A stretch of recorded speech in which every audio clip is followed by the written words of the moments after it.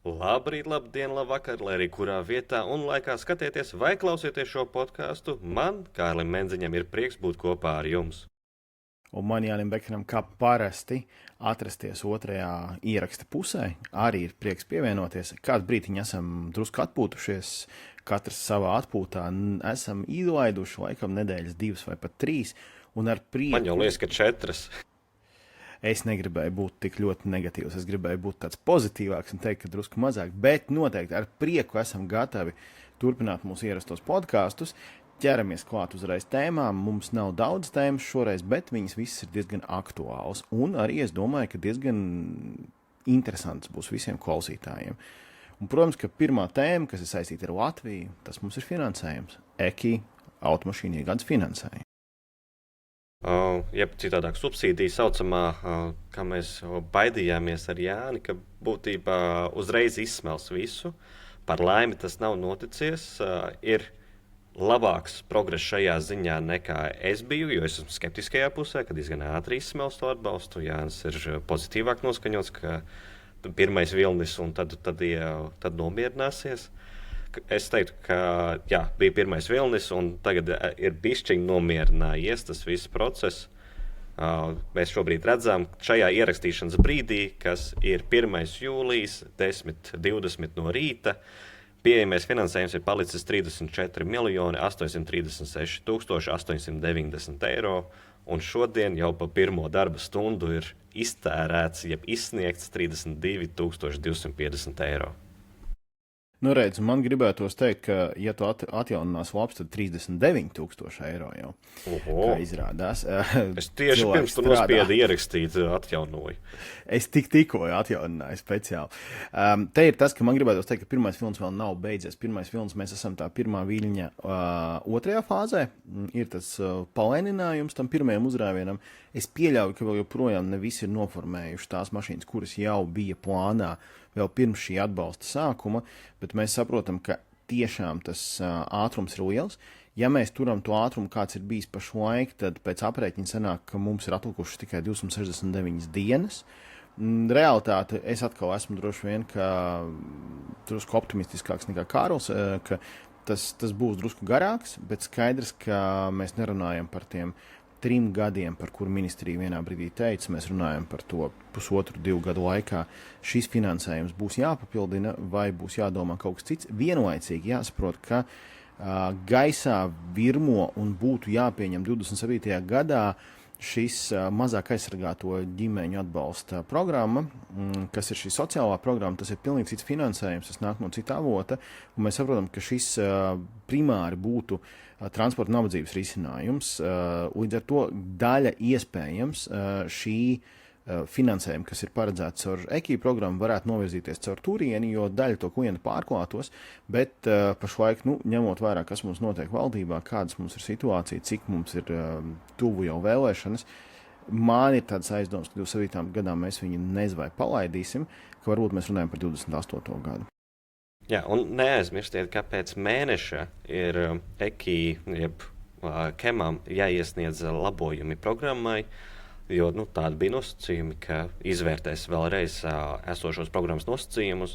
Tā lielā cerība ir, ka izņems hibrīdus ārā, jeb glorificētos benzīna auto ārā, un tad šīs 269 dienas jau automātiski pavilksies bišķi tālāk.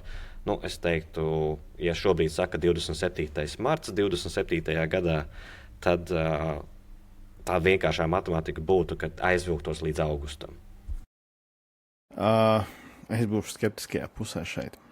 Man ir tāda sajūta, tāda nelaba sajūta, ka kaut kur to uzdevumu paslaucīs zem paklājiņa, ka formāli viņš tiks kaut kur izpildīts, pateiks, ka redz, kā mums taču ir tik maz tie transporta līdzekļi, kuri pakļaujās šim jaunajam atbalstam tieši no hibrīdiem, jo tiešām to ir palicis maz pēc jaunās šīs VLTP 6bis sistēmas, jo zem 50 gramiem uz 100 kilometriem CO2 izmešu pakļaujas ļoti maz plug-in hibrīdi, un man ir aizdomas, ka, diemžēl, esošā jaunā valdība noturēs to programmu tādu, kāda viņi ir. Jā, esošās vadības, pagaidu vadības, ja tā varētu teikt, valdības vadītājs ir tas, kurš iestājas par to, ka hibrīdi ir obligāti jāaizstāv, un faktiski vajadzētu ielikt arī, ka visas jaunās mašīnas tiek subsidētas. Tā viņš ir iepriekš izteicies. Kā mēs zinām, ne tikai tas. Tur vēl ir citi jautājumi. Diemžēl tieši tāpēc es domāju, ka programma paliks diezgan līdzīgā izskatā, un ka tur liela pārmaiņa nebūs. Bet man gribētos iet tālāk uz tādu pozitīvāku nosauku. Šis, man liekas, mums tā sanāk negatīvi. Mēs runājam par Latviju un paliekam tepat Latvijā. Man liekas, Kārli, tev ir te ko pastāstīt. Tu biji uz lielisku pasākumu. Tepat Latvijas pierobežā, tā mēs varētu teikt droši vien. Pastāsti, ko tu interesantu redzēji?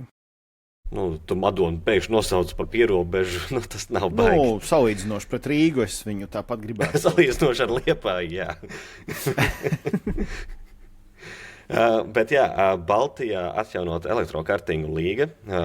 Tas pirmais posms notika Madonā, un man bija tiešām forša pieredze redzēt, kā tas notiekās. Es biju gan piekdienā, gan sestdienā, kas bija saulainā Madonā. Tas bija ļoti foršs laiks, ko es pavadīju kopā ar visu ģimeni. Skatījāmies, kaut kā es biju ļoti fokusējies uz to, ka tas ir Baltijas elektrokartingu līgas atklāšanas pasākums. Es kaut kā pavisam aizmirsu, ka ir pārējie kartingi arī. Un, jā, tad es ierodos un pēkšņi tur skan, man tāds elektriskie tā neskan. Tur ierodoties priekšā ir uzkalniņš, un es uzkāpju uz tā uzkalniņu tāds, pareizi. Te tā ir vispārīgās kartinga sacensības, kurās ir arī Baltijas elektrokartingu līga. Jā, un kāpēc arī šis ir diezgan svarīgi, ir, ka tas, kurš uzvarēs šos Baltijas posmus, jo tas nenotiek tikai Latvijā, bet visā Baltijā, tas dosies uz fināla sacensībām ASV, kas būs daļa no ASV elektrokartingu līgas. Un tāpēc bija ļoti interesanti redzēt, ka uz šo Baltijas elektrokartinga līgas posmu, un es domāju, uz nākamajiem arī startēja gan Latvijas čempions kartingos, gan Baltijas čempions kartingos, gan pasaules čempions, Eiropas čempions kartingos. Tā kā tas bija ļoti, ļoti interesants sacensības. Divas kategorijas, tur pēc, atvainojos, kamera izslēdzās, bet labi, tas ir ne kamera, bet gaismiņa. Jā. Visi lielākie, varenākie sacentās, kas bija mums te pieejamie, bija no Itālijas atbraukuši, protams, no Igaunijas. Tur vēl bija, ja es nemaldos, no Francijas atbraukuši veseli 6 valstu karogi bija pārstāvēti. Un, jā, tur sadalīti bija pa divām grupām. Un tas bija tiešām interesanti skatīties, kā viņi tur cīnās savā starpā. Un pirmā diena, tur ir treniņi un kvalifikācijas posms, kurā noslēdzoties kvalifikācijas posmam, tas, kurš ir ātrākais nobrauc, tas startē pirmais. Nevis kurš pirmais nobrauc, bet kuram ātrākais aplis, tas startē pirmais nākamajā dienā. Un tad nākamajā dienā, pirmās sacensības, pirmajā lielajā līkumā visi no top 3 izkrīt ārā, notiek sadursme. Kas nozīmē, ka uz lielo finālu viņi visi startē pēdējie. Ok, tas tāds foršs pavērsiens. Jā, varbūt tās pasāstīs, kā bija ar rezultātiem. Kas tad beigās uzvarēja un kur bija tie galvenie? Pro klasē, kas bija tā galvenā klasē, kur ir arī visi tie čempioni, nepārsteidzoši, bet čempioni arī uzvarēja. Kaut kā viņi pamanījās jau dažu apļu laikā būt pirmajās pozīcijās, kas man bija svarīgākais, bija 2 veidu atbalstīšana manā, jo ko izdalīja rīkotāji Blue Shock reizi, visu cieņu Artim Dauganam par visu to, ko viņš organizējis un viņa komandai. Tur tiešām tā organizācijas līmenis, ko es redzēju, tie džeki tur ar āmuriem un urbjiem visu labo, jo galvenais, kas ir, visi tiek uz starta, tie, kas var nokļūt līdz startam. Nozīmē, ka tev tie visi karti ir pēc sacensībām ātri jāsalabo. Un jā, tad, kā jau es teicu, man ir 2 veidu atbalstīšanas vēlme šajā. Viens ir tas, ka jāuzvar ir obligāti latvietim, un otrs ir tas, ko Blue Shock reiz izdarīja, ka tu varēji nomāt uz sacensību dienu šos kartus, tas nozīmē, tev nav tik dārgi tā iesaiste. Bet šie karti tika ar labiem sponsoriem atbalstīti. Un viens no šiem sponsoriem bija uzņēmums, kurā es strādāju, Eleport. Un viens no Eleporta kartiem tad bija ar lietuvieti, kas ir Eiropas čemps kartingos, kas avarēja, un man bija tāds, Eleporta karts avarēja, nu, vismaz Latvijas uzvarēs taču. Un tad beigās bija, ka lietuvietis fināla sacensībās, tas ir kopvērtējumā beigās, dikta līdz 2. vietai. Bet ilgi bija tās sacensības, kas tur īsti notiksies, jo pirmais trīnieks brauca ļoti cieši līdz pat pēdējiem aplim. Kā tur ir ar tiem kartingiem? Tie kartingi visi tehniski ir vienādi? Tehniski jā, bet softā nē. Tur ir tā interesantā lieta, ka kartingi īstenībā, elektriskie kartingi, tas nav iešdzēts kartingiem tāda lieta izdomāta, ko es uzzināju tikai pēc sacensībām, ka viņi tiek pielāgoti, lai svars nebūtu tik nozīmīgs. Jo nav noslēpums, jo vieglāks tu esi, jo ātrāk tas karts brauks.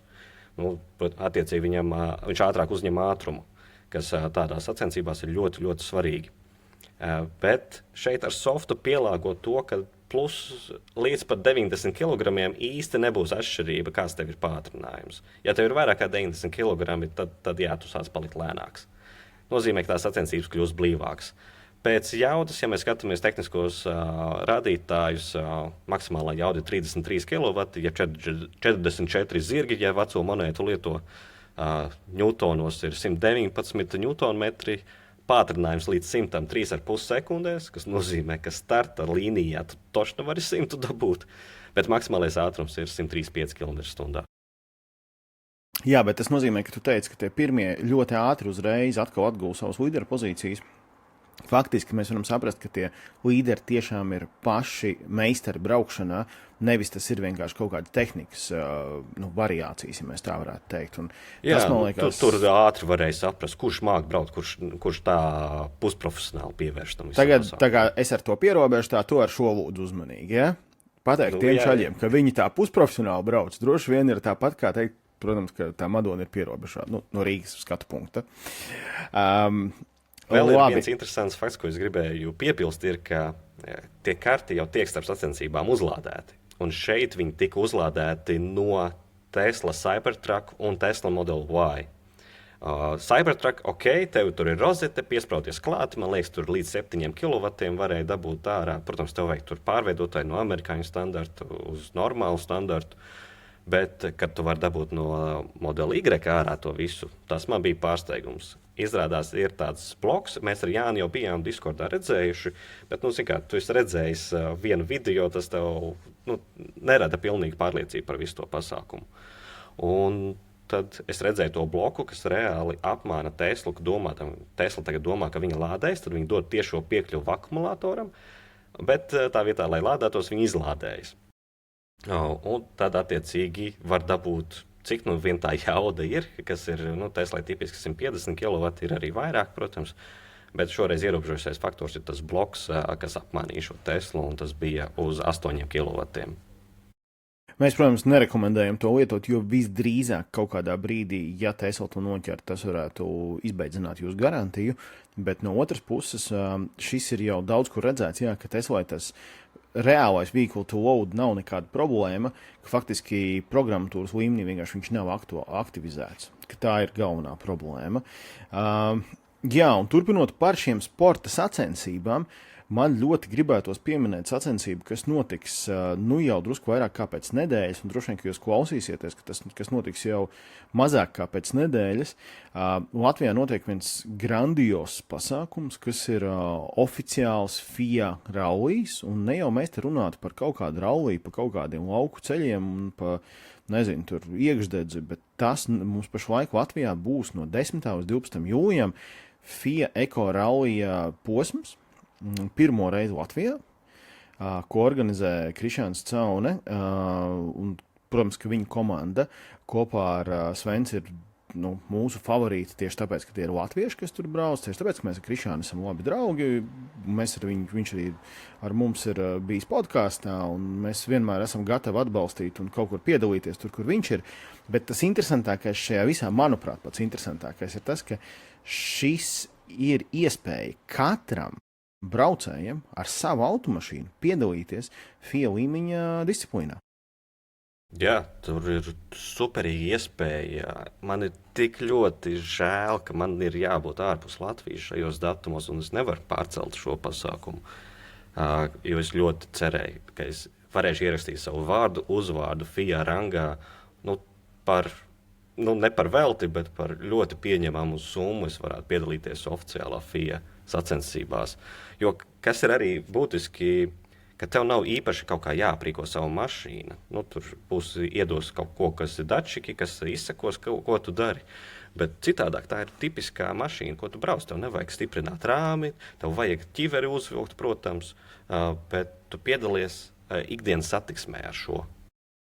Jā, un tas ir pats interesantākais. Un pie tam, jā, tas, ko Kārlis saka, tas cipars tur piedalīties ir ļoti saprātīgs. Jā, tur ir kaut kādi sīkumi tehniskie, tev ir jāaiziet tur tie FIA standarti, jo tajā brīdī tu kļūsti par certificētu FIA braucēju, kas ir fenomenāli. Kā tu teici, tavs vārds uzvārds tiek ierakstīts FIA rallija, tā teikt, oficiālajā vēsturē. Labākā vai sliktākā rezultātā, bet viņš tur ir. Man arī ir žēl, es diemžēl nebūšu, es arī būšu ārpus Latvijas, un mums izpaliks šis, un mums būs jāaicina uz podkāstu kāds, kurš tur ir bijis, iespējams kāds no braucējiem, paskatīsimies, kas varbūt no pazīstamiem tur brauks, kas varēs padalīties ar to savu pieredzi, jo, protams, ka mēs runājam par, būs kopējā ieskaita, bet būs arī atsevišķās klases, un līdz ar to nebūs tā, ka jums jāsacenšās tur ar Caunu un Svenci, vai ne, kuriem tur tā iekārta vien maksā vairāk nekā mums Kārlu mašīnas ar tevi kopā, gandrīz vai ņemot, jo tie brauc, tie pirmo vietu sportisti, man tas salīdzinājums, ko es atradu, bija, tu brauc no Rīgas centra līdz Jūrmalai, tu brauc parastā satiksmē, un pirmie 10 iebrauc sekundē vienā. Turpat mazāk. Mums bija, ka līdz Kolkai tu brauc, ka viņi tur iebrauc sekundē. Jā, nav svarīgi patiesībā tas atnāks, bet tas vienkārši, lai saprastu to domu, ka, tev ir 10 mašīnas, kuras katra izbrauc no centra, ir krustojumi, ir sarkanās gaismas, ir kaut kādi tur, apdzenamie, neapdzenamie, tie trakie, kas pie radara nobremzējās uz 80, jo viņam taču radars pirms tam viņš lidoja uz 140, un ar visu to tie pirmie iebrauc tik super precīzi. Man pagājušo reizi Spicas Latvijas auto publiskajā pasākumā Krišāns ļoti forši parādīja tās sistēmas, kā viņi strādā. Man likās tā vienkārši fenomenāli interesanti, jo viņam tur tā precizitāte ir sekundes simtdaļās, kurās viņam visu laiku ir jāturās un jābrauc, un tā iekārta rēķina, viņi ņem korekciju, tur 8 sensoru uz riteņa, viņi ņem pat korekciju uz to, ka tev pagriezienā viens ritenis vairāk griežas, otrs mazāk, tur ir kosmos vienkārši.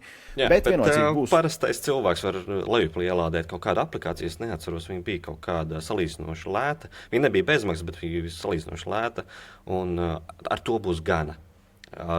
Un neprofesionālas sacensības. Un tur būs tā atsevišķās disciplīnas, kas būs gan uzņēmuma disciplīna, kas būs arī to amatieru privātpersonu disciplīna. Un tajā jau savukārt katram var būt iespēja būt vienā no labajām vai augstajām vietām. Tieši tā. Ir 3 kategorijas.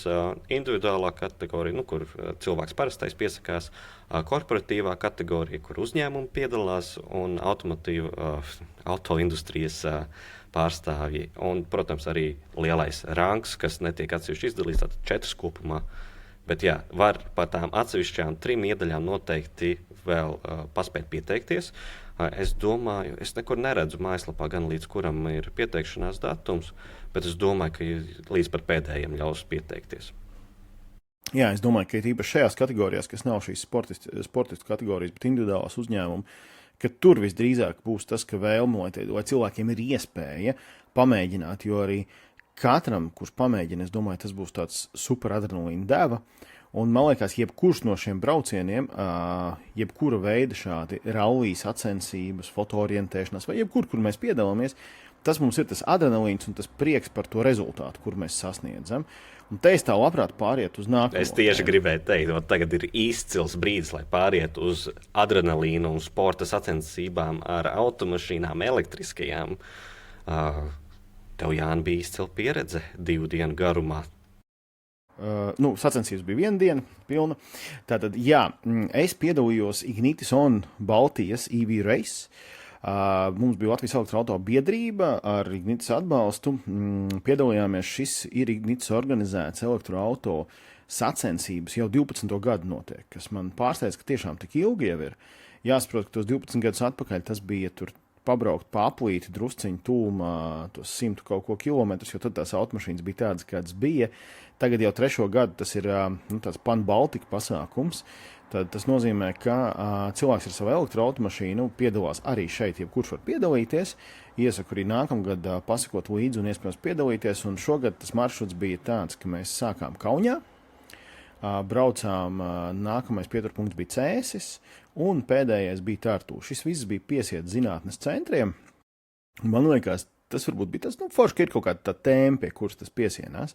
Tad šeit cilvēki brauc ar to automašīnu, kas tev ir, vai ar kādu tu gribi braukt. Turšķiņ, kas sākuši pēc kārtas, mēs braucām komandā 2 cilvēki, bija es un Ilze mums no elektroauto biedrības, un tā automašīnas izvēle, es nebraucu ar savu automašīnu, man bija tā, mums ir jānobrauc 500 pār kilometri, mums vajag automašīnu, kas ir gana ekonomiska, kas ir labi lādējās, un treškārt, kas man patiesībā likās ļoti svarīgi, man gribas automašīnu, kur ir ērta. Nu, tas ir īstenībā ļoti svarīgi, ka tu tik garu gabalu brauc. Tieši tur jau tas jautājums, ka tev vajag to mašīnu, ka tu jutīsies viņā forši, ērti un labi. Un tad mana izvēle krita uz Volvo ES90, tas ir šis, man tas vārds premiālais pēdējā laikā, es daudz viņu saku, premiālais sedans, kurš īstenībā ir hatchbacks. Un, jā, un, protams, ka mūsu motors man laipni viņu piešķīra šim braucienam. Un, nu tad pirmais bija tas, ka mēs vakarā aizbraucām līdz Kaunijai, palikām tur pa nakti, lai sagatavotos rīta braucienam. Tas pats rīts bija no Kaunijas, izbraucām, un tad ir 2 klases. Ir šī turisma klase un biznesa klase. Turisma klase tas nozīmē, ka konkrētā laikā ir jāierodās Cēsīs un pēc tam konkrētā laikā Tartu un jānobrauc pēc iespējas vairāk kilometri. Tad savukārt biznesa klase, kurā mēs piedalījāmies, izvērtējot šos mūsu mašīnas spējas, tas ir, kurš atbrauks uz Cēsīm un pēc tam uz Tartu gala beigās visīsākajā laikā. Bet tas nav tā, ka mēs tur tagad iespiežam pedāli grīdā un braucam.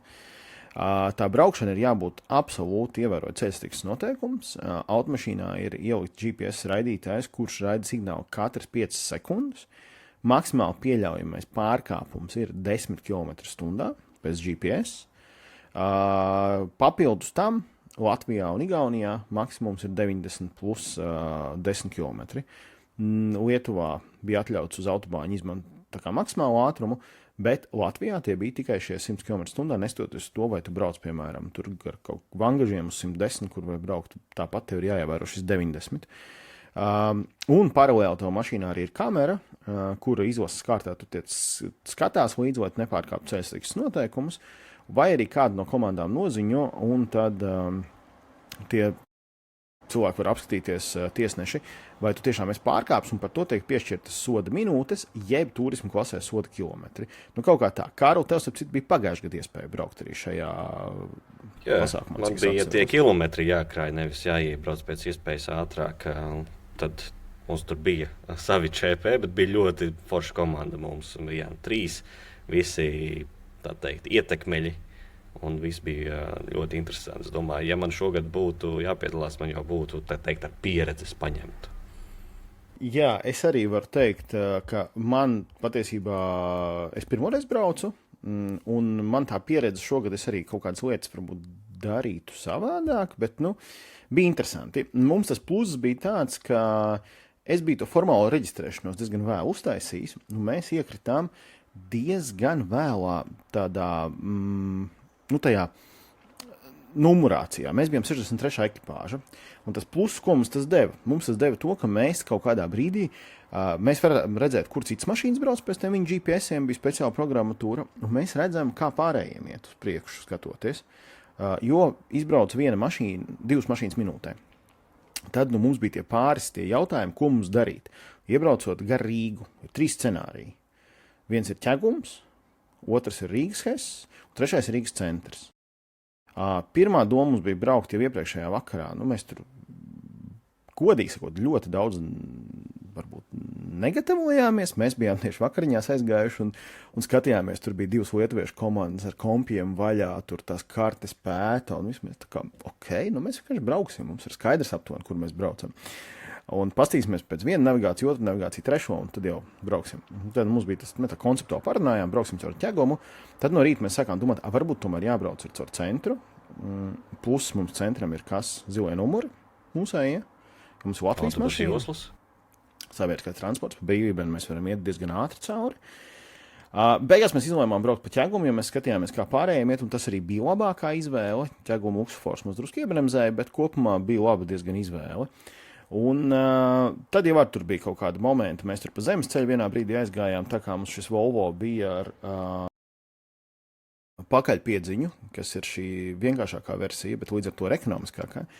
Bija diezgan interesanti pa zemes ceļu. Viņš uzvedās savādāk nekā 4x4, gan ar ES90 neesmu, bet es esmu ar EX90 lielo braucis pa zemes ceļu, un tas ir neizkustināms no trajektorijas, tad es varu apgalvot, ka ES90 ir ļoti izkustināms no savas trajektorijas ar aizmugures piedziņu, kas rada papildus. Interesanti uzreiz. Kas padara šo braucienu izteikti interesantu.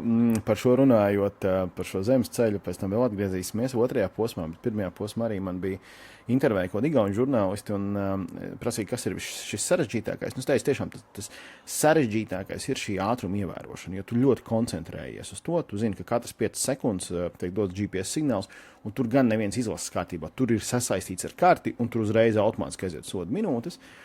Un tad sanāca tā, ka principā tas, ko es darīju, es metos nost uzreiz, kā ir zīme, teiksim, no 90 uz 50, es ļoti skarpi bremzēju pie šīs zīmes. Es ļoti aktīvi uzdevu, kā beidzās apdzīvot vieta, drusku zaudējot ekonomiju, bet mēģinot piedzīt šīs katru sekundes tur kaut kādu pusīti vai 10 daļu ar domu, ka tajā brīdī, kad man būs kaut kāds luksofors, ka varbūt man sanāks trāpīt vienu ciklu ātrāk. Sasummēju. Beigās varbūt ne, bet tomēr. Minūte. Jā, protams. Un te ir tas jautājums, ka man šie igauņu žurnālisti šo prasa. Es saku, visgrūtākais bija to ātrumu ievērot. Viņi saka, bet kā, vai tu ievēroji? Viņi saka, viņi tur kaut kādu iekšdedzes Audi brauca. Viņi saka, mēs tev uz zemes ceļu līdz netikām. Es saku, pagaidi, es ievēroju, tikai starpība tāda, ka es pie pagrieziena nemet nost ātrumu, bet es vienkārši gāju gandrīz pilnā jaudā uz tiem 90 arī katrā pagriezienā. Un tieši tāpēc jūs līdz netikāt man. Tā kā jā, tad mums bija pirmā pauze, bija Cēsīs. Zinātnes centrā, kosmosa centrs, tā laikam viņš saucās. Jā, kosmosa izpētes centrs. Jā, bija riktīgi foršs. Tas pirmais posms, mēs iebraucām, startējuši ļoti vēl, mēs iebraucām kaut kādu 6. mašīnu iekšā, mēs diezgan bijām piedzinuši, pāris veiksmīgi lēmumi, droši vien šī raustītā braukšana palīdzēja arī, vismaz mēs tā paši spriedām, un labi, ka komandas biedrē nebija slikti no tā, ka es raustu to mašīnu, jo es domāju, daļai varētu būt tiešām bijis slikti. Bet jūs nemainījāties, tu visu laiku pie stūres? Es braucu visu laiku, man Ilze ļoti visu laiku sakoja telefons, ekrāna navigācija, otra telefona navigācija. Mēs ļoti labi bija sadalīts šis darbība, kā mēs operējam, un tiešām ļoti veiksmīgi sanāca. Tad mums bija Cēsīs maza pauze, tur kaut kāds intervijas, kaut kas vēl. Un tad no Cēsīm jau bija tas pēdējais posms, kas bija līdz startu. Tur arī bija kaut kādi jautājumi, kā braukt. Un mums vēl pienāca klāt komandas biedrs, varētu teikt tā, Magnus Seriņš, kas mums deva tādu foršu fona balsi, ņemot vērā viņa nostādīto balsi. Bija ļoti interesanti, ar viņu ļoti daudz izrunājām par automašīnām un par to, kā viņš redz lietas, un viņam, man liekas, arī patika kaut kāds viens no pirmiem. Mēs aizgājām tur vienā brīdī pa zemes ceļu, viens no pirmiem pagriezieniem. Man bija tā, ka riktīgi šķīvi ieliekot mašīnu pagriezienā. Tā viņam bija, ok, ir labi. Viņš ir tāds kārtīgs benzīna galva, kurš ir kaut kad domājis par elektroauto, un pēc šī pasākuma viņš teica, ka viņš ļoti nopietni atkal sāk domāt par elektroauto, jo pusi ceļu viņš brauca kopā ar tavas auto komandu ar Xpengu G9, un pusi viņš brauca ar mums ar ES90. Un viņš teica, ka jā, viņš saprot, kāpēc mums patīk tās elektroautomašīnas un ka tā ir lieta. Un tad atbraucām līdz Tartu, atkal izvēloties pareizos ceļus mūsuprāt. Izgājām cauri visam. Man riktīgi patika. Un tad Tartu vakarā bija apbalvošana. Bija kaut kāds brīdis pa Tartu. Mēs vēl aizbraucām, salādējām mašīnu, jo iebraucām, tad mūsu tā izvēle bija ar Volvo drošības pēc. Sekojot līdzi, cik mums ir patēriņš, nezinot īsto pēdējo posmu, kāds būs šis Tartu Cēsu posms, vai tur nav kaut kādas papildus kalnu kaut kas. Principā mums bija jāiebrauc nelādējot automašīnu ar kaut kādu, pēc aprēķina man sanāca 1%. Mēs drošības pēc 3 minūšu uzlādu uztaisījām, braucot vēl pirms cēsīm. Mēs izvērtējām, ka labāk ir pirms, jo pēc tam ir problēmas par tiem ceļiem, pa kuriem mēs brauksim ar uzlādi. Mēs piestājām billē un uztaisījām 3 minūšu uzlādi. Un es vēl pat kaut kādos storijos teicu, ja tās 4 minūtes man būs izšķirošās, tad tas būs dēļ tā, ka mēs bišķi nobijāmies. Un, protams, ka zinot mašīnu, ja es ar to S90 būtu pabraucis vairāk, es droši vien būtu vairāk viņa sajūtas un zinātu, kā viņš uzdod. Mums bija tāda viegla drošības sajūta. Mēs pielādējām 5%. Un iebraucot Tartu, mēs atbraucām ar 6%. Tātad 1% būtu rezervē, ja nebūtu uzlāde. Jā, bez uzlādes mēs būtu iebraukuši ar 1%. Tartu ceļš tur nekas tāds trakāks nebija, jo man vienkārši bija bišķi bail, ka es jau jūtu, ka viss ir labi, bet ja nu gadījumā, vai ne, un palikt dažus kilometrus pirms būtu visšausmīgākais, kas var notikt, vai ne. Un tad jā, šis lēmums bija tāds uzlādēt, un arī tā bilde mums bija kā tāds optimālais, jo daudz, protams, ar mašīnām, kam bija mazāk akumulātori, kas nebija tik efektīvi, tur Stellantis mašīnas kaut kas brauc, tad tur viņi cēsīs iekšā brauc, tad viņi tur Siguldā brauc kaut kur vēl. Nu jā, un tad vakarā bija apbalvošana, bija foršas vakariņas, tur apbalvošana un tā. Nu, un tad bija rezultāti. Mēs bijām biznesa kategorijā visaugstākajā klasē, jo mums automašīna ir lielāko sniedzamību salīdzinoši pārējiem. Un te vajadzētu bungas. Super. Mēs iebraucām un dabujām 2. vietu. Gan mūsu kategorijā, gan absolūtajā. Bez pieredzes vienkārši tavu.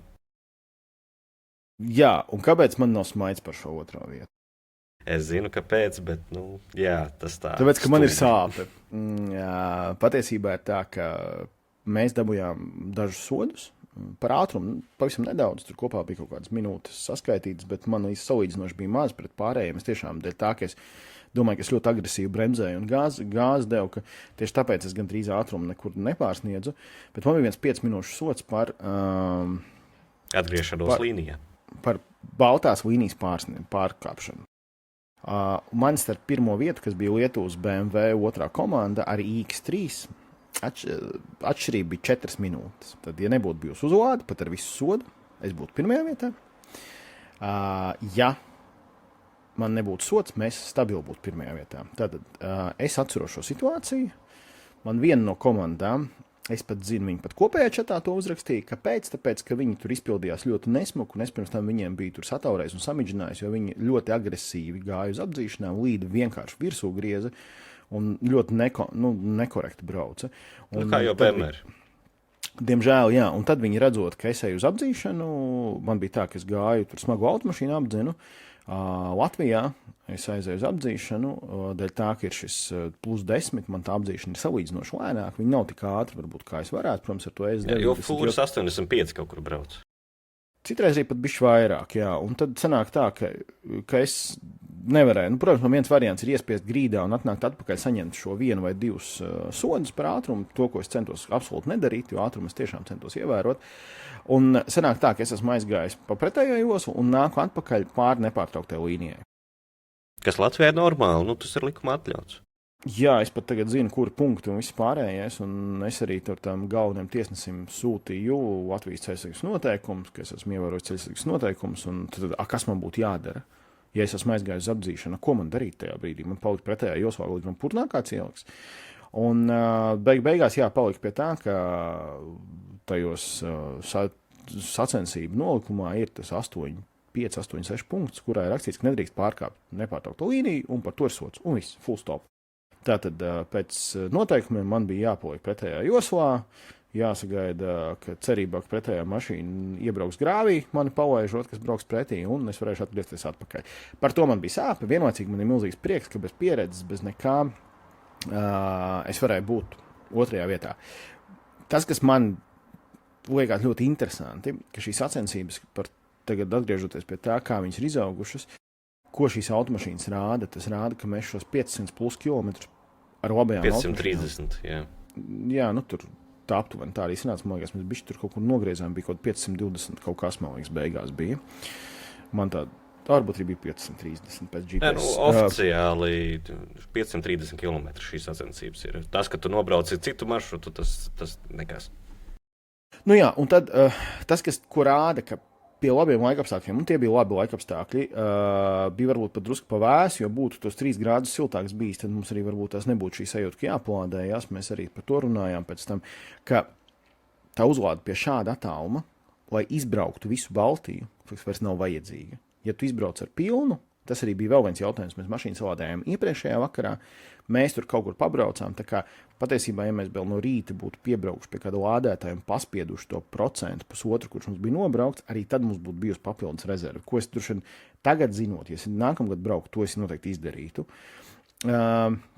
Jā, un tas ir par to, ko mēs diskutējām arī tajā finālā pēc tam ar Ignitis Latvijas cilvēkiem, ar kuriem mēs pie viena galda arī sēdējām, ar vēl tur pāris kaut kādiem no tiem braucējiem, kas ir saistīti ar elektroauto tēmu, ka šis paliek sarežģīti, jo tas attālumi vairs nav tie, kas ļauj runāt par šīs uzlādes un tādas taktikas izvēli, bet faktiski šis sāk palikt par vienkārši ralliju. Ekorallija. Jā, tieši tā. Jo par ko tas bija sākumā? Tas bija sākumā par tavas mašīnas spēju, par uzlādi, par spēju izplānot pareizo uzlādi pareizajā vietā pie pareizās amplitūdas uzlādes līmeņa un dabūt šo iespēju nobraukt to lielu attālumu. Tad tagad tas ir atmetams. Ir īpaši ņemot vēl tagad jaunos modeļus, kas nākamajā gadā es jau prasīju, kāds būs maršruts, ir jātaisa viņš vēl garāks, jo principā būtu jāaiziet uz to, ka vajag šo vienu vai pat 2 uzlādes. Tas būtu izcili, jo tad tiešām tev parādās tur kaut kādi ierobežojumi. Atkal, mēs skatāmies par uzlādes infrastruktūru, ja tie ir 300, tās mašīnas sāk ņemt pretī ļoti daudz. Mums arī, mēs palādējām nevis ātrākajā uzlādē, kur mēs varētu atrast tīri teorētiski, bet tajā, kas mums bija pa ceļam, mēs sapratām, ka labāk mēs tur palādējam ar tiem 150 vai tu Kārli droši vien zini, cik tur ir tas maksimums pareizais. Jā, ka mēs palādējam ar to, un pie tam mēs bijām ļoti neefektīvā sociā tajā brīdī, bet tas mums ir tieši pie šosejas. Mums nobraukt, uzbraukt prasa 30-40 sekundes. Ilzē bija sagatavots telefonā uzlādes jau, vai tikai ir jānospiež poga, man bija skaidrs, kuru pistoli ņemt, no abām 2 uzlādes, vai ne, jo es ņemu to, iespraužu Ilzspiešu startu. Vai arī tas notika pēc iespējas ātrāk. Te es tieši padomāju, vajadzēja kartiņu paņemt līdz varbūt, būtu vēl ātrāk. Bet, mēs bijām, tas arī bija sagatavots ātri, tā kā... Labi, kopvērtējums. BMW Lietuva 2 tavā kategorijā uzvarēja, tā ir biznesa kategorija, kur bija jānokļūst pēc iespējas ātrāk. Viņi uzvarēja ar BMW iX3. Ņemot vērā, ka nosaukums ir BMW Lietuva 2, tātad tas bija BMW Lietuva 1 un varbūt tās arī BMW Lietuva 3. Bet, mēs zinām, ka viņi paņēma numuru 1 vietu. Latvijas elektroauto biedrība ieguva 2. vietu ar Volvo ES90, atpaliekot par 4 minūtēm. Un vēl par minūti vēlāk finišu sasniedza Porsche Lietuva ar Porsche Macan. Toties 2. klase, kas ir turisma klase, kur ir jāveic pēc iespējas vairāk kilometru, uzvarēja BMW Lietuva 1, nepārsteidzoši, jo mēs tikko runājam par BMW Lietuva 2, kas arī brauc ar BMW iX3 un veica 530 km distanci 672 km attālumā. Tātad viņi kārtīgu loku ir izmetuši. 2. vietā sekoja Autojutta komanda ar Audi A6 Sportback e-tron, kas arī veica ļoti iespējīgu distanci 656 km. Bet 3. jau ar krietnu, tā teikt, mazākiem kilometriem, bet tik un tā daudz, 591 km, Switch to EV komanda ar Volkswagen ID7 Pro S. Jā, tie bija rezultāti. Man likās ļoti interesants pasākums. Man tiešām patika. Es katram ieteiktu pamēģināt ko šādu. Un man liekas, šis arī ir tāds iespēja. Lielākā daļa palika arī pa nakti, tālāk Tartu, lai nākamajā rītā braukt. Mēs braucām naktī atpakaļ. Tā kā mums bija ļoti interesants pāris stundu sarunas. No Tartu braucot, mēs iebraucām Rīgā, man liekas, kaut kur pus 3 tikai, jo izbraucām diezgan vēlu no pēc tā pasākuma. Mums bija tieši ar Magnus, tur ar Ilzu, mēs tur par elektroautomašīnām, par visu iespējamo izrunājām. Īstenībā bija ļoti arī šī sadaļa patiesībā tā interesanti un forša. Jā, un par pieredzēm un interesantām sajūtām runājot, man ir jāsaka, ka man bija ļoti interesanta pieredze un sajūtas testējot Kā lai to pieteic? Vienu brendu, kur mēs esam vairāk kārt ar Jāni negluži nicinājuši, bet noniecinājuši. Dēļ tā kā Toyotas brands arī ir izteicies par elektroauto, tā ir tā vēsture. Un tad tagad es esmu ticis pie divām testa iespējām - Toyota BZ4X un Toyota CHR Plus. Pagaidi, bet tu taču BZ4X, tas vecs modelis, nu jau cik sen? Pastāsti varbūt, kas šis bija par BZ4X? Šis ir faceliftotais BZ4X. Tieši dienā, kad es nodevu atslēgas no BZ4X, viņi pieregistrēja BZ4X Touring, kas bija tāds, ja viņi būtu paspējuši piekdienu pieregistrēt, viņi būtu iedevuši man, bet viņi to izdarīja pirmdien. Tur CZD kaut ko tur viņiem neļāva. Jā, varbūt var pastāstīt, ar ko šis faceliftotais atšķirās no iepriekšējā? Pirmkārt, viņam riteņi nekrīt nost. Tas ir svarīgākais, laikam, kas ir jāzina. Jo, kad šeit droši vien vajag BZ4X nelielu atsauci, ne, par to, ka vai tiem, kas varbūt nav tēmā tik dziļi, kāpēc nekrīt nost. Nevienai mašīnai nekrīt nost riteņi, man liekas, ne? Jā, ar to BZ4X bija unikāls, kad viņi palaida, ka viņi izlaida no ražošanas līnijas un uzreiz izlaida atsaukumu, jo ir potenciāls, ka riteņi nokritīs, acīm redzot, kādam nokrita riteņi. Viens ritenis konkrēti. Un tad Toyota uz pusgada apturēja ražošanu, lai salabotu šo krītošā riteņa efektu, kas faktiski nozīmē, ka iebrauc servisā, pievelc to skrūvi. Viss. Tur bija pusotras skrūves grieziens, laikam, tur kaut kas tur pietrūka. Bet, vajadzēja uz pusgadu apturēt ražošanu, un tur bija vēl citi kasjaki, piemēram, ka zem nulles mašīna potenciāli nelādēsies, un ja tev ir vairāk nekā 2 ātrās uzlādes dienā, tev būs, to varētu saukt par rapidgate, bet vienkārši softs ierobežo uzlādes jaudu. Ļoti. Nevis vienkārši ierobežo, bet ļoti. Tas bija vecais. Jā, te mums jāatrunā par veco Toyota BZ4X un vienlaicīgi Subaru Stoleru, kas ir dviņu brāļi. Soltera, jā, sorry. Tikai, tā teikt, dviņu brāļi, kas nav dviņu brāļi, bet ar citu zīmīti priekšā.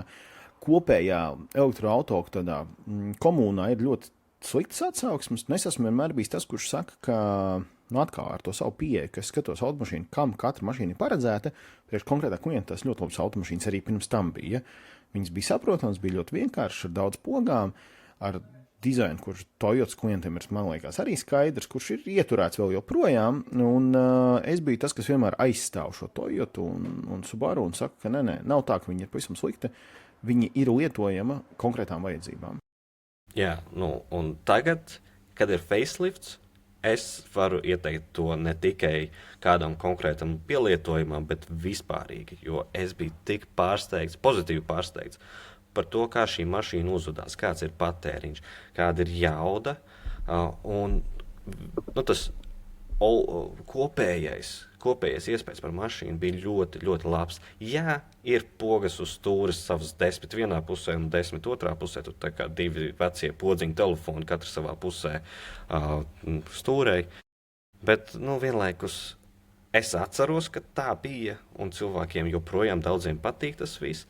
Tiem, kas fano par pogu klātesamību, tur, kur ir multimēdijas, šeit būs bišķiņi jāapvainojas, jo Toyota ir aizgājis uz to pusi, ka te jau viss ir planšetē, labi, tu šito temperatūru ar rimbulīti uzgriez, bet pārējais viss ir planšetē. Un arī braukšanas virziena kloķis, kā to nezinu, kā pareizi pateikt, stoks. Tas ir pie labās rokas rimbulītes, tu viņu iespied un pagriez, lai dabūtu vēlamo braukšanas virzienu. Un tā ietilpība otrajā rindā bija, laikam, tas, kas mani forši pārsteidza, jo te, kad tu redzi lielu mašīnu, tipiski, kas ir liels bagāžnieks. Un uz kā rēķina ir liels bagāžnieks, jo tas ir tas, ko tu vari ierakstīt tehniskajā lapā uz otrās rindas rēķinu. Bet šeit bija tiešām, es nosēdos, man līdz, es aiz sevis nosēžoties, man bija teju sprīdis no celis līdz beņķis, Arī platuma ziņā tur bija forši, jo es starp diviem bērnu sēdekļiem iesēdos nevis vienkārši uz viena dibena vaiga, bet uz abiem iesēdos. Tā kā pilnvērtīgi, ja? Jā, man ir plati pleci, man, teiksim, otrs beņķis ir lielais beņķis, man tur vajadzētu tad apskaut to beņķi, lai man būtu ērtāk, bet vispārīgi es varu iedomāties, ka es braucu arī tālākā ceļā, nevis tikai kaut kādas 10 minūtes pabraukāties tur. Un bagāžniekā ir vehicle to load, rozete iebūvēta līdz 1,5 kilovatam, attiecīgi kādu, varbūt Taycan jau būtu uz robežas, bet potenciāli paņemtu, bet tādas vienkāršās elektronikas noteikti var darbināt, datoru noteikti var lādēt no turienes. Ok, šis izklausās ļoti forši īstenībā. Un jā, clearance. Daudziem ir ļoti svarīgs clearance. Un šeit viņš ir. Es neatceros, cik centimetri, man liekas 14, bet ir. Un arī, protams, ka piekara ir, tas piedziņa ir abu tiltu, vai ne? Jā, šeit man bija 4 piedziņa, un tā jauda, viņa, nav papīrā, viņa tāda. Es teiktu, ka ir vairāk. Šeit ir under promise over deliver tāda situācija. Jo bija situācija, es esmu tikko 100 metrus, 200 metrus nobraucis uz krastenes, taisu U-veida pagriezienu, aktīva satiksme, es redzu spraugu, es zinu, es ar Teslu, es tur noteikti iesprauktos, ar Toyotu, es nezinu šito mašīnu, bet es mēģināšu. Un es gandrīz iebraucu priekšā braucošajiem. Tas, ka tajā joslā, kurā es piekļāvos, es gandrīz iebraucu priekšā braucošajiem. Jo te tas saķera momentāli, jauda momentāli, tāds, bet ne tāda sliktā veidā momentāli, ko tu teici iepriekšējās epizodēs par Taycanu, ka tev iesit beņķī iekšā. Šeit tā nebija. Ok, ļoti forši. Un galu galā es dabūju patēriņu, aizbraucot no Krasta ielas uz Duntas ielu. Tas nav baigi lielais attālums, bet ir pāris kilometri. Es dabūju zem 10 kWh uz 100 patēriņu tajā brīdī. Tas ir neekonomējot, vienkārši braucot, jo man vajadzēja no saņemšanas uz darba vietu atbraukt. Wow, šis ir fenomenāli. Jo tieši tas patēriņš ir tas, kas, zinot, mēs tur ar tevi esam daudz sarakstījušies, tu man esi sūtījis un arī licis sociālos tīklos par šo automašīnu, ka tieši patēriņš man bija lielākais pārsteigums. Man bija pārsteigums, kā šī automašīna, kura... Tā ir 4 piedziņa, tas ir crossovers, tas ir Toyota, kas nav izslavēta ar fenomenāliem elektroauto, lai hibrīdi savu cieņu viņiem tur, bet šeit elektroauto Toyota ir jaunpienācējs. Jā, tieši tas, un man liekas, ka tas ir pārsteidzoši, ka to viņi ir izdarījuši ļoti labi. Un uzreiz mēs varētu pieslēgties pie šīs otras automašīnas, kura arī tev bija uz testu nedēļu vēlāk. Tieši tā, nedēļu vēlāk, vairāk nekā nedēļu vēlāk, jo man sanāca atvainājums pa vidu. Bet būtībā 2 testi pēc kārtas Toyota CHR+. Tas nav CHR, tas ir CHR+. Tātad attiecīgi tas ir lielāks nekā tas, bet tas ir mazāks par BZ4X. Un ja kāds zina, kā izskatās Lincoln Co. 02, un es domāju, daudz elektroauto, kas sako jomai zina, kā izskatās. Es teiktu, ka ļoti līdzīgs ar Toyotas bēdžu priekšā, bišķi citādāks gaismiņas. Ietilpības ziņā, protams, ir mazāk, bet otrā rindā es joprojām iesēdos. Man beņķis varbūt tās nebija sprīdža attālumā, bet pussprīdža attālumā attiecīgi. Man ceļi nebija krēslā iekšā. Es vēl testēju versiju, kas nebija pilnākā, tā bija teju standarta paka. Tas pats platums kā BZ4X, jo tā pati platforma jau būtībā tikai īsāka nedaudz riteņu bāze un bagāžniekā bišķi mazāk ietilpst. Ar to es arī varu pajūsmināties, ka es padalījos sociālos tīklos BZ4X, cik aluskastes ielien. Tas, protams, mākslīgi ģenerēts attēls tieši pirms jāņem. Un ar CHR es padalījos banānu kastes, cik ielien. Bet arī, protams, es aprēķināju, cik tad tā varētu ielīst.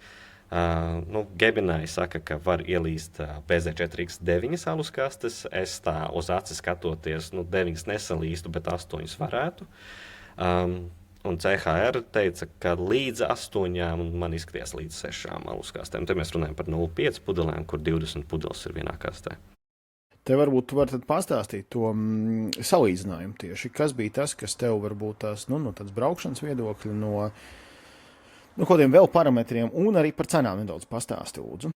Jā, es domāju, ar to arī mēs šoreiz noslēgsim, ka es pastāstīšu par braukšanas parametriem, braukšanas iespaidiem, un tad mēs turpinām uz nākamo tematu, jo mums šodien ir vēl pāris temati jāizrunā. Braukšanas ziņā abas mašīnas ir ar ļoti labu pagriešanās radiusu. Es zinu, Teslai nav tas labākais pagriešanās radius, bet tomēr salīdzinoši, wow, kā varēju es izmanevrēt ar abām mašīnām, it īpaši ar CHR, kas ir bijis šķiņ īsāks. Un stūra ļoti labi klausīja, kā tu pagriez, un tā pārskatīšanas sēdvieta, kad tu kreisais priekšējais un labais priekšējais stūris, tu viņus ļoti labi saproti, kur viņi atrodas. Man gan ir bišķiņ jāpiesienas pie paša stūris, jo viņi pa plānu man likās, bet, labi, tas ir manējais. Un tad ir vēl par ergonomiku jāparunā bišķiņ, bet pirms es to daru, nevienai Toyotai, kas ir elektriskā, kas ir pasažieru elektriskā, nav cimdu. Un tas ir darīts tam dēļ, lai tā kā oficiālais attaisnojums ir, ka tad efektīvāk strādā klimata kontrole. Man tāds likās, tas gan ir muļķīgs attaisnojums, bet tad, kad es testēju BZ4X, tā bija pilnākā paka, tur cimdu nodalījuma vietā ir ielikts infrasarkanais sildītājs, kas nozīmē, ka ja ziemā, vispār drēgnā laikā tev pasažieriem paliek augsti, momentāli siltums iet uz kājām. Tas ir sekundes desmitdaļas jautājums. Tas ir kopš ieslēgšanas uzreiz ir siltas kājas. Un CHR man bija plikāka versija, tur nebija šis. Bet, labi, tas nebija arī aktuāli. 30 grādos ārā, tur to diez vai gribētu ieslēgt. Un, jā, beņķu ventilēšana abiem ir pieejama, CHR nebija, BZ4X bija. Ļoti patīkami strādāja. Nebija tā, ka man likās, ka man tūlīt aizlidos dibens pa gaisu, bet tā viegli atvēsinoši 26 grādos bija. Un, jā, tad dinamiskā braukšana varēja just, ka CHR spolēja. Es atgādināšu, šis nebija pilnpiedziņas versija, viņš spolēja, bet vadāmības ziņā ļoti patīkami. Es varu ieteikt abas divas mašīnas kā tiešām kā izvēles opciju, ko izsvērt, jo ir ļoti daudz, tā tehniski man ir ļoti maz ko piesieties. Tas vienīgais, ko es varu tehniski piesieties, ir līnija asistents, kurš līkumos var vienkārši izdomāt atslēgties. Teiksim, Skansas iela, kad tuvojas Duntas ielai, tur ir mazs līkums, es pat teiktu, nav ievērības cienīgs līkums, un abas Toyotas gribēja pret borģūru atsisties. Tajā brīdī es pārņemu vadību un neturpinām braukt ar līniju asistentu, bet es turu rokas uz stūrus tā ļoti uzmanīgi. Un tad laiks ir par cenu runāt. Jā, tieši tā. Lielais Toyota BZ4X bez atlaides maksā 39,900, šobrīd ir atlaide 35,900. Un nedaudz mazākais CHR maksā 45,500. Starp viņiem ir 10,000 atšķirība. Es tieši gribēju teikt, vai nav drusku paradoxāli šis? Tas ir mega paradoxāli. Tu dabū mazāku mašīnu ar tieši tiem pašiem parametriem, bet viņi maksā par trešdaļu vairāk nekā lielāka mašīna. Bet, atkal, es domāju, ir cilvēki, kas CHR vārdu zina, un tas uzreiz uzliek cenas zīmi, bet BZ4X daudzi nemaz nezin, kā izrunāt. Jā. Okay, bet arī Tourings, kas ir arī interesanti, BZ4X Tourings versija, kas ir universāls ar augstu klīrensu, tas ir lētāks nekā CHR. Jā, te man ir nedaudz tāds... Mēģinu kaut kā izdomāt, kā lai pasaka. Kaut kas tur nav riktīgi. Kaut kas nav riktīgi, jo sanāk, ka CHR šobrīd ir dārgākais elektroauto aiz Toyota Hilux. Jā, Hilux vēl būtu saprotams, ņemot vērā tā īpatnību. Tur it kā viss ir loģiski, bet, kāpēc? Kāpēc? Un vispārīgi noslēdzošo tematu, Toyotai ir mājaslapā pieejami 8 elektriskie auto, tādi pilnīgi elektriskie auto. 3 jau mēs pieminējām, 4 mēs pieminējām, bet ir arī komerces transporta vai busveidīgie, ir ProAce City, ProAce Verso, ProAce Max, un, teiksim, ProAce City cena sākot no 22,300, bet man liekas, ka tā ir benzīna versija, ko viņi tur cenu ir ielikuši, bet tik vai tā. Labi, es domāju, ka mums jāiet tālāk, ja mums ir laiks ar vien sāk jau spiest nedaudz. Un kas mums pa tēmām tālāk ir, ja mēs skatāmies, mums ir viena tēma, kas mums rada ļoti lielu skaudību, vai ne? Jā, tā kā es iepriekš minēju, ka es starp abiem beņķiem varēju iesēsties un viss tā kā čikaniekā, tad šobrīd Latvija ir iesēdusies starp Baltijas valstīm kā tā, kur sēž nērtākā pozīcijā. Un šeit mēs runājam par tematu, ko mēs jau iepriekšējā epizodē bišķiņ parunājām. Nu, nevis bišķiņ, bet tā kārtīgi mēs parunājam, tāpēc es domāju, mēs šeit tikai bišķiņ parunāsim par Tesla pašbraukšanu, pieskatīto atļaušanu Eiropā. Šobrīd ir vairākas valsts, kas to ir atļāvušas. Ja es nemaldos, 6 ir aktuālais skaitlis. Bet svarīgākais tas, ka 2 no šīm 6 ir Baltijas valstis, no kurām Latvija nav tā, kas ir apstiprinājusi. Tātad Igaunija un Lietuva ir apstiprinājuši to, ka Teslas var braukt pieskatītā režīmā pašas. Ja Igaunija izteica kaut kādus komentārus, bet apstiprināja. Komentāri jau bija līdzīgi, ko CZD izteica pirms vairāk nekā mēneša, bet par spīti tam Igaunija apstiprināja. Jā, un šī mums ir tā sāpe, par kuru mēs runājam, un tas trakākais ir tas, ka mums tie paši CSDD tajā brīdī atsaucās jau uz to Igauniju, un tā liekas kaut kā nerektīgi. Un mums ļoti gribās, lai pie mums arī apstiprina. Mums gribās, lai mēs arī esam tādā, mēs jau par šo esam runājuši, ka šis rāda par to, cik mūsu valsts ir tehnoloģiski gatava jaunienācējiem, cik viņi ir gatavi jaunu uzņēmumiem, cik viņi ir gatava jebkādam tehnoloģiskai attīstībai. Diemžēl. Es jau iepriekšējā epizodē vai aiziepriekšējā teicu, tajā brīdī, kad mēs uzzinājām, ka Lietuva ir apstiprinājusi, mēs pirmā ziņa man bija, es tajā brīdī uzrakstīju ziņu, tagad jau var teikt, bijušajam ministram, paprasīju, klausies, kas notiek, vai mums arī ir kaut kas, un tā atbilde bija tāda, ka jā, kaut kāda e-pasta ir saņemti, un tas arī viss. Un tas ir tas skumjākais, ka, mēs gribam, lai Latvija tiktu pozicionēta kā inovatīva valsts, ka Igaunija nav vienīgie, kas ir ar e-sistēmu visu tur izdomātu, ka pie mums arī lietas notiek. Un tad, kad ir runa par kaut ko, ko Nīderlanda ir iztestējusi, viņi ir izbraukājuši 1,5 gadu ar visu šito. Pēc tam Lietuva ir apstiprinājusi, labi, lēši, ok, viņiem viss notiek citādāk nekā pie mums. Okay. Spānija jau ir nobraukusi, es neatceros, cik 250,000 kilometrus testos, tūlītās apstiprinās.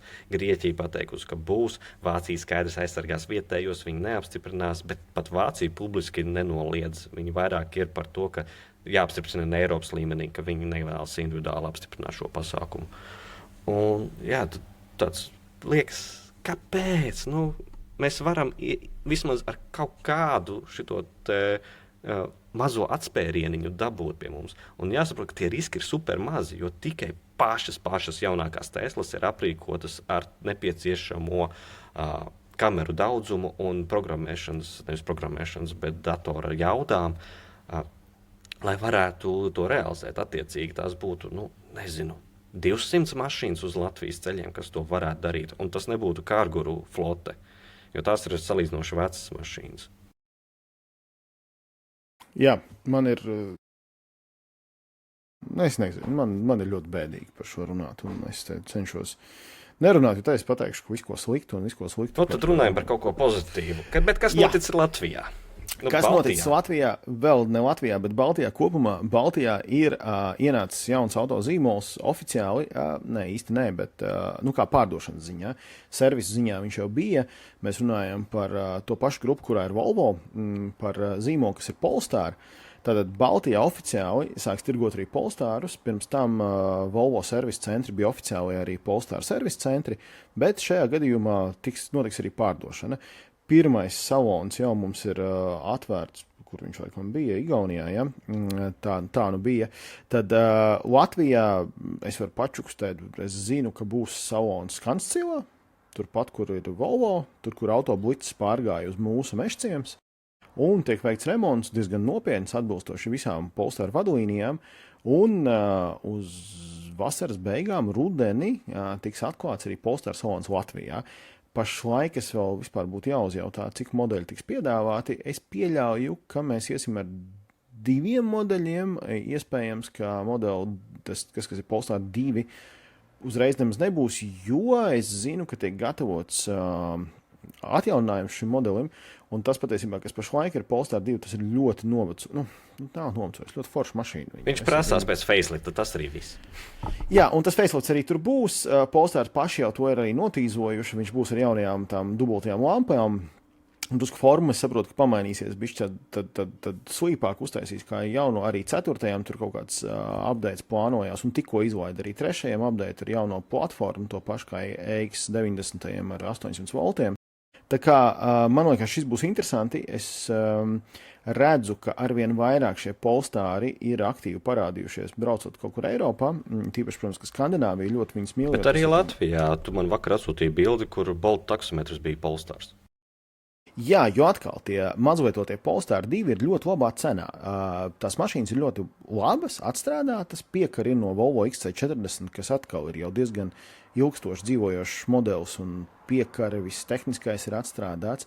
Tā kā es teiktu, ka Polestars tagad kļūs par vēl labāku izvēli, jo viņš būs daudz plašāk atbalstīts. Mums bija viena problēma visu laiku Latvijā Polestar aplikācija, kur nebija aktivizēta Latvijai. Protams, apved sēļi vienmēr ir pieejami ar Android vieglāk, ar iPhone drusku sarežģītāk. Ja tu ļoti gribi, tu viņu varēji uzstādīt, protams.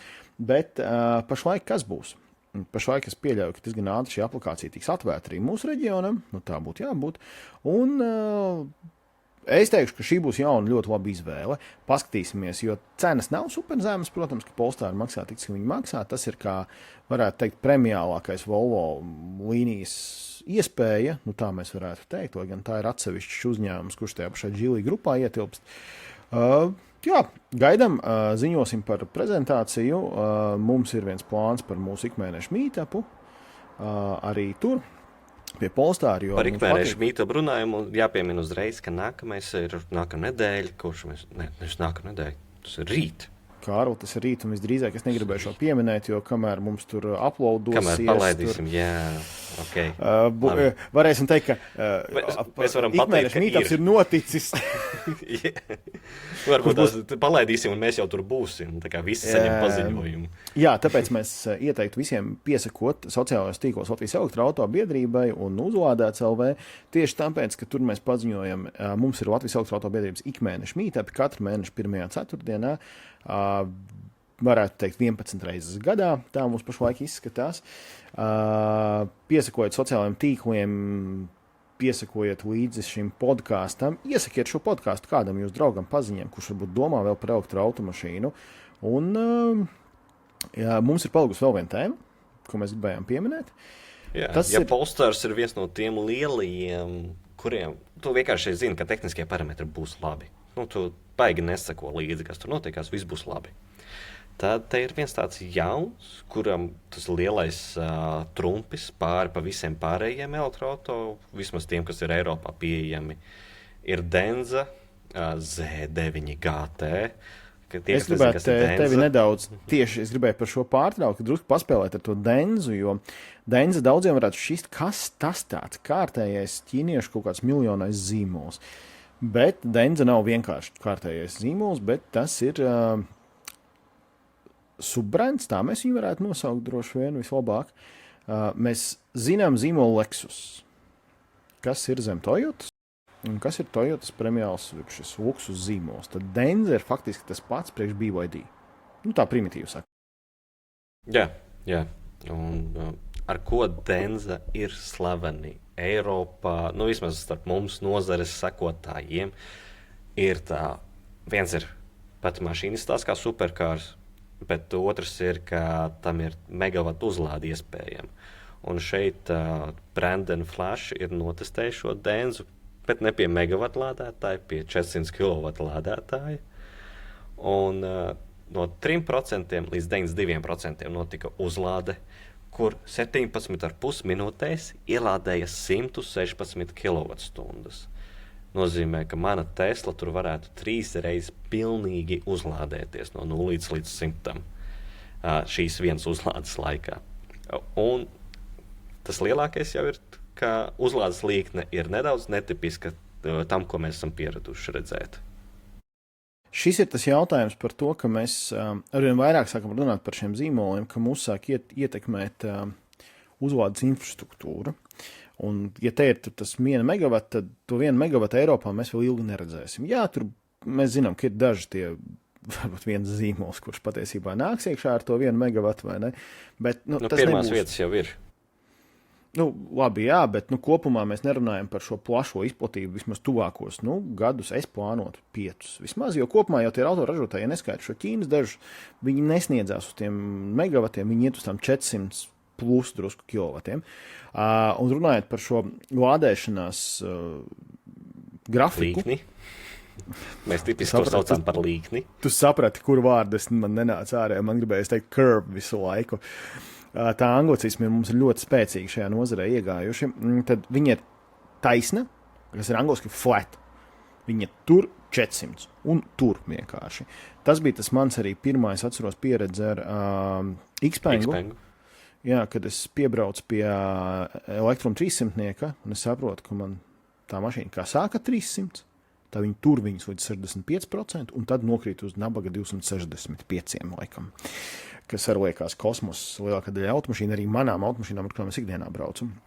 Un tad šis ir tas jautājums, ka mums nevienmēr vajag šos nenormālos pīķus, tur tos kosmiskos ciparus, kur ir tajā dažu procentu vai tur 10%, varbūt pat 20% amplitūdā, un tad ir tas lielais kritiens lejā. Svarīgi ir noturēt šo līkni ļoti stabilu. Tā ir viena no lietām, kāpēc ne tikai šī, es esmu liels fans šīs automašīnas, bet tā, ka man saka budžeta līmenī, kādu automašīnu izvēlēties, tad i3 ir viena no manām primāriem automašīnām, ko es iesaku. Man vispār šī automašīna ļoti patīk. Tas droši vien nav noslēpums, to visi, kas man pazīst, zina. Bet vēl viena no lietām, kas viņa ir, jā, viņa uzlāda ir tikai maksimums 50, bet tie 50 ir visā amplitūdā pieejami. 94 viņi ir līdz kaut 86, 120 lielajai baterijai, kas nav 120 kW, bet amperstundas, kas ir 43 kaut kāds kilovatstundas, viņi ir līdz 92-93%, tev tur tos 50, tur es dabūtu to maksimumu. Un patiesībā tā stabilā uzlāde, vienlaicīgi, protams, ka mūsdienu mašīnām ātra, bet stabila, vienmērīga uzlāde ir visprognozējamākais ceļošanas amplitūda. Un man patika, ka es tikko skatījos pirmos testus jau, kas ir ID atkal, kas man ir šodien, ID Polo, ID Crossam. Izskatās, ka šī jaunā MEB Plus platforma to arī ir izdarījusi. Tas maksimums ir salīdzinoši zems. 130, ja es pareizi atceros. Jā, 130 vai 130 kaut kas varbūt bija. Tad vēl joprojām pie tiem 70-80% ir kaut kāda 80 kW. Restīvi, viņš diezgan lēni krītās. Jā, viņš krītās, viņš nav taisns, bet tas kritiens nav tik liels. Jo mēs saprotam, ka tās mašīnas arī, tavai mašīnai arī, piemēram, tev ir ar mazā uzlāde salīdzinoši long range 250, tavai ir 170 maksimums. Man vienkārši tāda pati ir bijusi, līdz ar to es ļoti labi zinu to līkni, un es esmu ceļojis ar viņu daudz. Tad arī tā pašai Model 3, jā, tā ir tavai versijai, tev ir tie 170, un tā viņš tur smuka šildu klejā, un pie 50 jau aiziet zem 100. Jā, tā kā klasiskais slitkalniņš, kad tu skaties, tev ir, ja tu uz margām skaties bērnu laukumiņā, tev uziet uz augšu, un tad tāds uz leju tāds C burtiņš aiziet. Ja, un tad ir tas jautājums, ka, jā, uz papīra tev tur ir maksimums 170. Tu saki, forši, man tur maksimāli uzlāde 170, to es varbūt tās tajā īpaši. Mēs skatāmies uz tām vecākajām Teslām, salīdzinoši pret citiem ražotājiem tā laika kosmos uzlāde. Vienkārši kosmos tā uzlāde liekas 170, jo pārējie, kas mums tur liekas klāt, tur kaut kāds Leafs, tur kas mums ir ID, viņi nevelk tik augstu. Bet tev ir jāstāsta tas ilgstošā uzlāde un cik tu ceļojumā pavadīs jebkurā gadījumā. Protams, Tesla ir labāk ar to, ka tur ir ļoti laba termoregulācija, tā baterija tiek uzsildīta, tavs kājas vienlaicīgi ar baterijas uzsildīšanu arī uzsildās, tāpēc, ka, diemžēl, tām vecajām Teslām tā problēma ir tāda, ka viņš uzkarst diezgan spēcīgi, un tad, kad viņš lādējās, tad tiek krakšķeli, tie metāliskie, kas man pirmo reizi izsauc tādu bišķiņu stresu kaut kādā brīdī. Man sieva joprojām tas stresina. Man pirmās reizes arī bija bišķi tā, ka es atceros, es googlēju, vai tiešām tur viss ir kārtībā ar to mašīnu. It kā es zināju par to, bet tajā brīdī, kad tu to dzirdi pirmās reizes, tev ir tāds mērens stress. Bet, tas, ko es gribēju teikt, ir svarīga šī uzlādes līkne, un tā ir daudz svarīgāka nekā maksimālais ātrums. Patiesībā arī svarīgāk nekā tas pats akumulātoru ietilpība, jo vidēji ietilpīgu akumulātoru izvelk stabilu un labu. Jā, par uzlādi es arī gribēju par to, ja tu ātri pievilkt klāt. Man BZ4X nesanāca nodzīt līdz normālam procentam, lai pārbaudītu uzlādi, bet CHR es no 18% uzlādēju līdz 81%.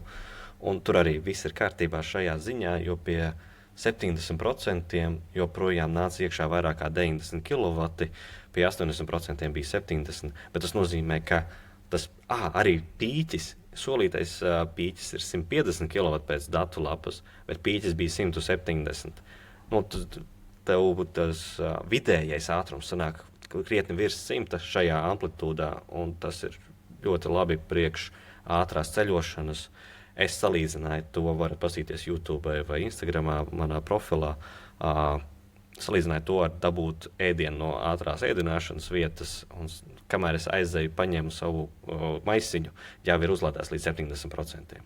Kur izrādījās nemaz tik ātri tā ēdināšanas vieta nav salīdzinoša pret mašīnas uzlādi. Un tas, ko es gribēju pieminēt, ka Toyota sola mazāk nekā ir patiesībā, un šis ir ļoti labs rādītājs. Jā, šodien tas arī viss. Ielieciet noteikti kādu komentāru, lai arī kurā platformā skatāties vai klausāties šo podcastu, jo komentāri algoritmiem ļoti patīk. Tas var būt pilnīgi jebkāds komentārs, un tagad es zinu, algoritmi arī skatās, kāda intonācija ir šim komentāram, tāpēc varbūt tās nelieciet to manus favorītu blurtu, bet ielieciet kaut kādu pozitīvu. Uzrakstiet, ka foršs podcasts, iesakām visiem noklausīties. Par to mums būs liels prieks. Paldies, ka klausījāties. Tiekamies pēc nedēļas. Un cepums jums! Yeah! Uzlādēts rullē! Hey!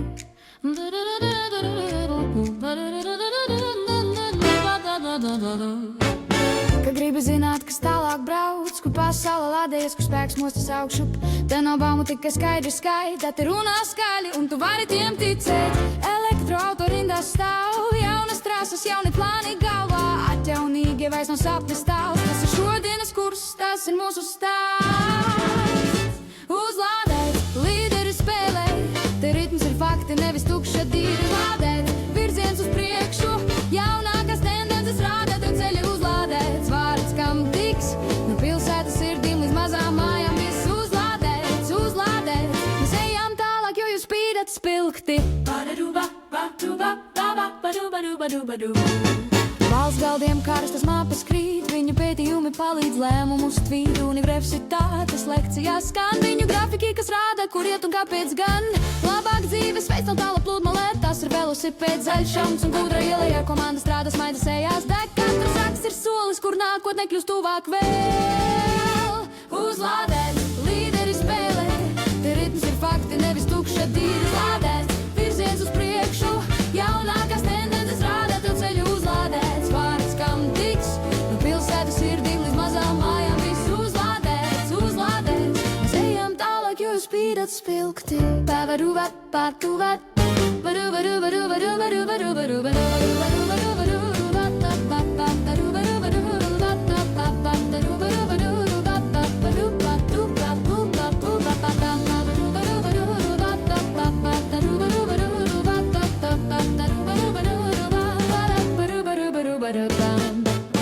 komanda dai, katrs ir spēks, viņi paceļies kā gaismu virs galām, un tu redzi, tas strādā, tas strādā. Uzlādēts, līderis spēlē, te rīps ir fakti, te ir droša bilde. Uzlādēts, virziens uz priekšu, elektropasaulē atver tev ceļu. Uzlādēts, vārds, kam tiks, no valsts zālēm līdz auditorijām. Viss uzlādēts, uzlādēts, mēs ejam tālāk, jo jūs spīdat spilgti. Hey!